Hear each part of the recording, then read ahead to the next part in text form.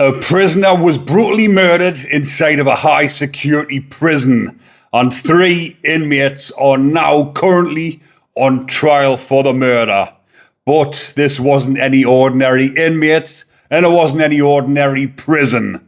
The inmate was an absolute horror, absolute bacon, wronging, and he got his just desserts inside of prison when karma caught up with him. Now, the inmate in question was Kyle Bevans. Kyle Bevans, absolute disgusting wronging, was in prison for murdering his partner's 2-year-old child. I will go into it a little bit further in the video, but 3 inmates are currently on trial for the murder of Kyle Bevan. Now, I did cover this case at the time, but when I covered it, I talked a bit about how they murdered him and how he wasn't found until the next day inside of a prison. He went over 12 hours undiscovered, lying dead and bleeding out. How did that happen? Well, that's what I'm going to reveal to you as well.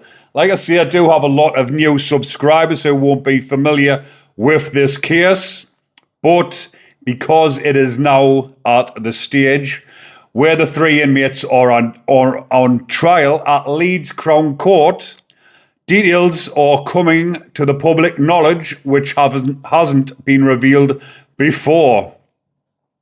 So the 3 inmates in question, who I will tell you a little bit further on in detail who each of these inmates are.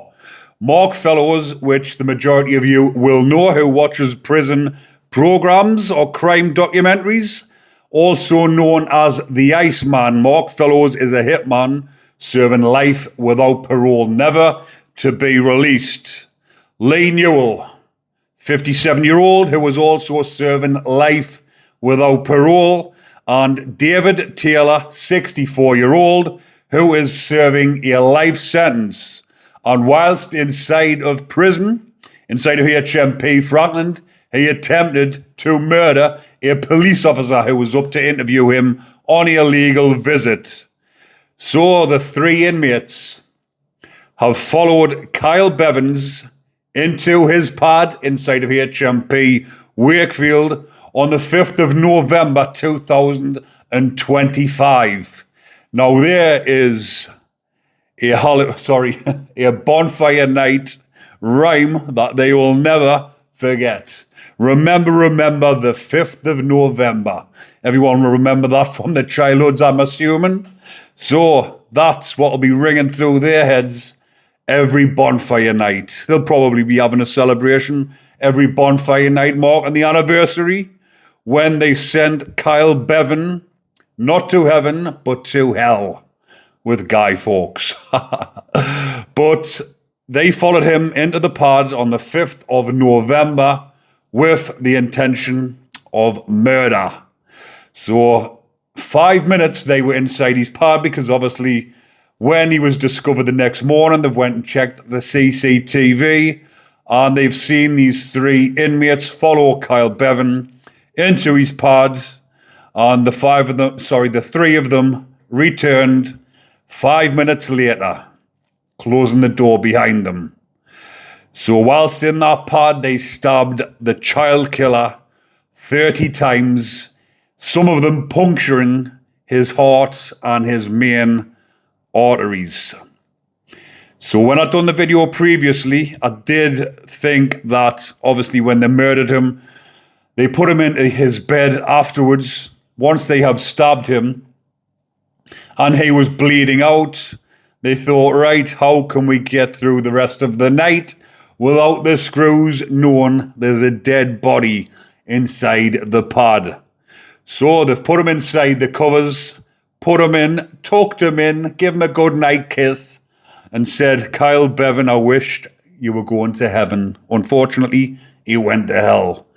But as they tucked him in, gave him a good night kiss and said their final farewells, they left the pad and he bled out. Whether or not he was dead before the screws left their night shift, the day shift, because the day shift ends after all the prisoners are banged up for the end of the day, and the night staff come on, and the night staff do the nightly checks.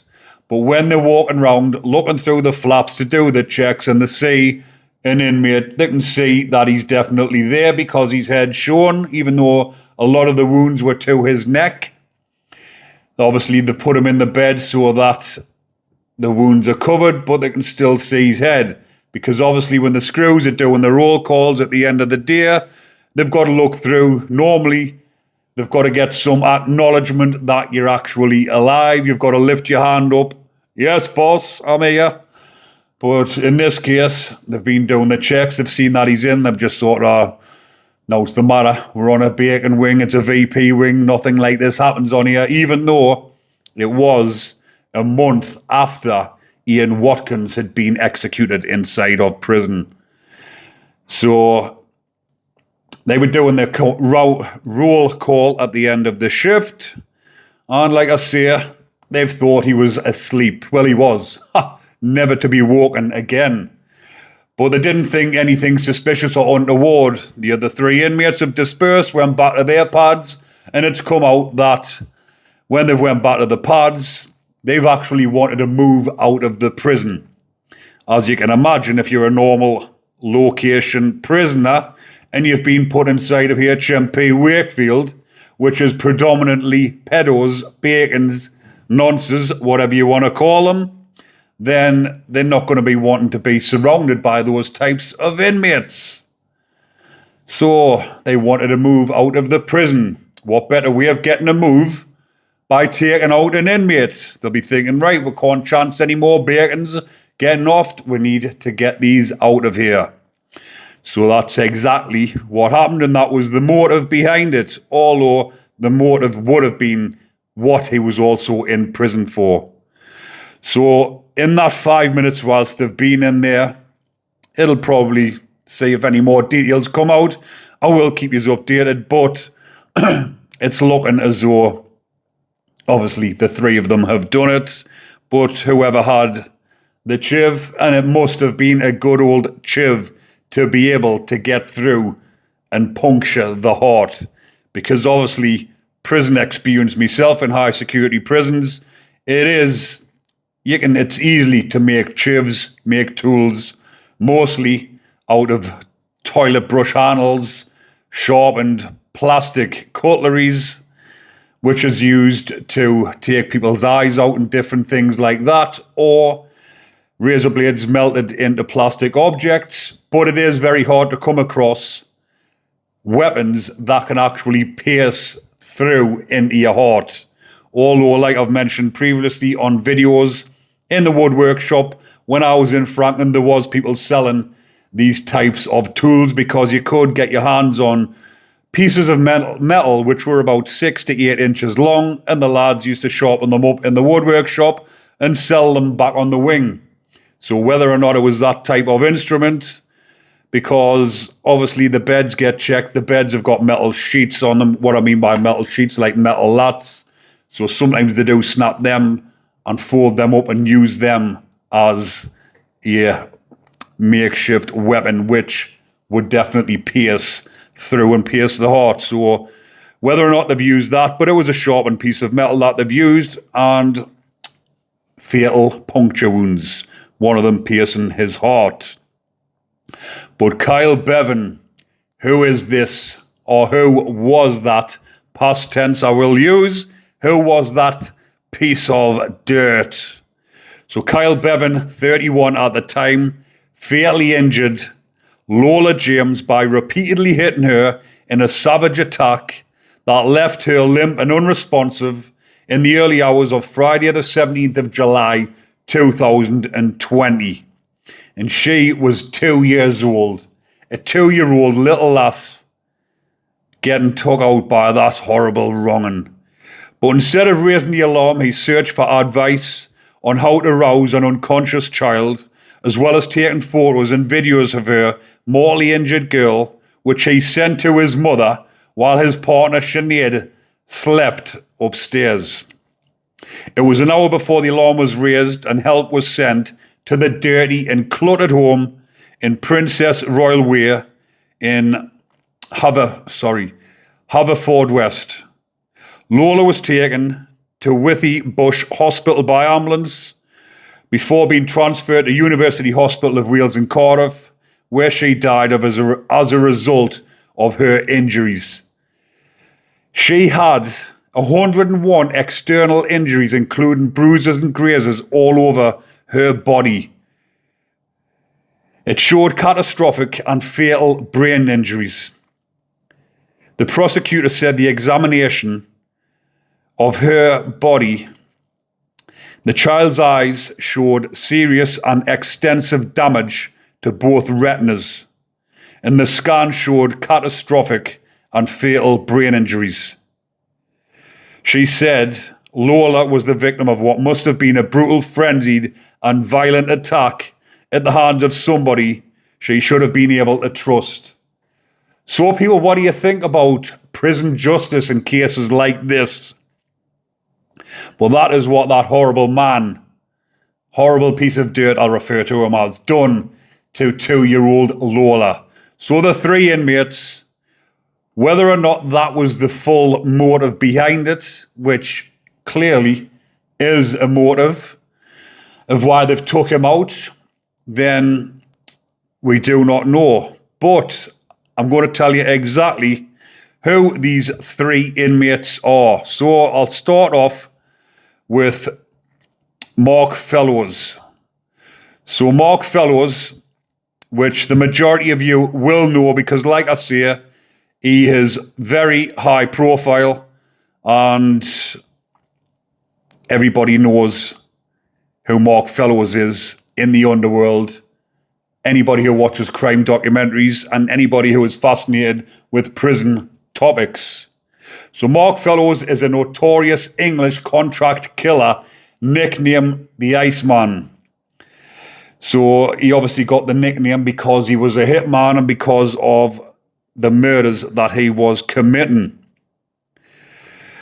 So the 2 murders that he was sentenced to life imprisonment for, life without parole, was for the gangland murders of Paul Massey in 2015 and John Kinsella in 2018.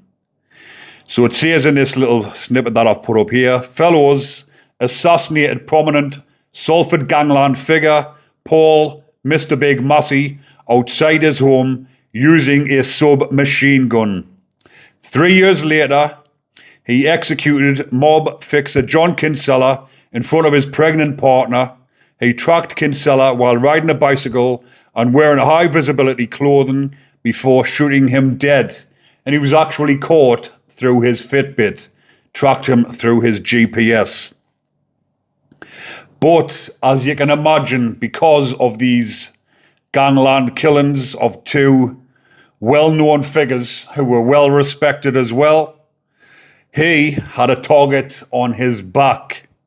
And in 2019, whilst inside of HMP Whitemore, this gangland bounty that was on his head, he survived a severe throat slashing and was later stabbed while held in HMP Wakefield. So he got transferred from Whitemore up to Wakefield Prison because he was slashed on the neck, nearly ending his life. He was then stabbed inside of HMP Wakefield and he wanted out of the prison. Was it because he was in fear of his own life and he wanted out of there? Or was he wanting to just get put on a unit where he felt more safe and secure? And by taking out a beast, that's exactly where he will be put. So, David Taylor is a convicted murderer who killed an associate. And he referred to Mark Fellows, the Iceman, inside of Wakefield as the Wakefield Dexter. And David Taylor, like I said, who's in prison for a life sentence for killing an associate, in 2024, whilst the police from Greater Manchester CID, a detective constable, went up to interview him on a legal visit inside a Franklin prison. He smuggled in a makeshift shank into the visit, and as soon as he stepped into the room with the copper, he began to attack him and stab him, trying to take his life, and he was found guilty on the attempted murder of that copper. So, on to Lee Newell. So Lee Newell is serving life without parole, and he's a convicted double murderer. So his first murder was his 56-year-old neighbour, Mary Newell, in Norwich in 1998. Now, for that murder, he was quite young at the time, in his 30s, which obviously still relatively young, and killing his next door neighbour for no good reason, for the simple fact that he wanted money for his habit, and he ended her life in a most brutal manner, which in prison, killing somebody like that just so he could pinch some money, you're nothing but a wronging yourself. But whilst in prison, inside of HMP Long Lawton, him along with another accomplice launched an attack on another inmate who was to certain, because I do have this up here. So while serving his life sentence at maximum security HMP Long Lawton, him and his co-defendant tied up and strangled fellow inmate Subhan Anwar in his cell. Anwar was another convicted child killer. Following this second murder, he was given life without parole, meaning, not just meaning that he's never going to be released from prison, meaning that he's got nothing to lose. So when you've got nothing to lose and you're serving life without parole, taking out another bacon doesn't mean nothing. You might spend a considerable amount of time inside the segregation unit and then put onto a unit, but you're not going to lose any more time. You're not going to get time added onto your sentence. You will get another life sentence, but what does another life sentence mean to someone who is serving life without parole? Absolutely jack shit. So, carrying on doing these types of public duties, being a public servant for a change, rather, maybe he's wanting to make up for what he done to his poor next door neighbour, innocent Mary Newell, who had done nothing wrong. He is now acting out prison justice, being a public servant. But in 2014, whilst at HMP Woodhill, he was brutally attacked by another notorious killer, Gary Vintner, who was also serving life without parole. And Gary Vintner wanted moved prisons. These two were on the unit together. Gary Vintner wanted to be sent to another prison, so what did he do? He tried to end the life of Lee Newell. He battered him, knocked him unconscious, jumped up and down on his head, and popped his eyes out. He suffered a fractured skull, severe brain trauma, and lost the sight in his right eye. Well, guess what?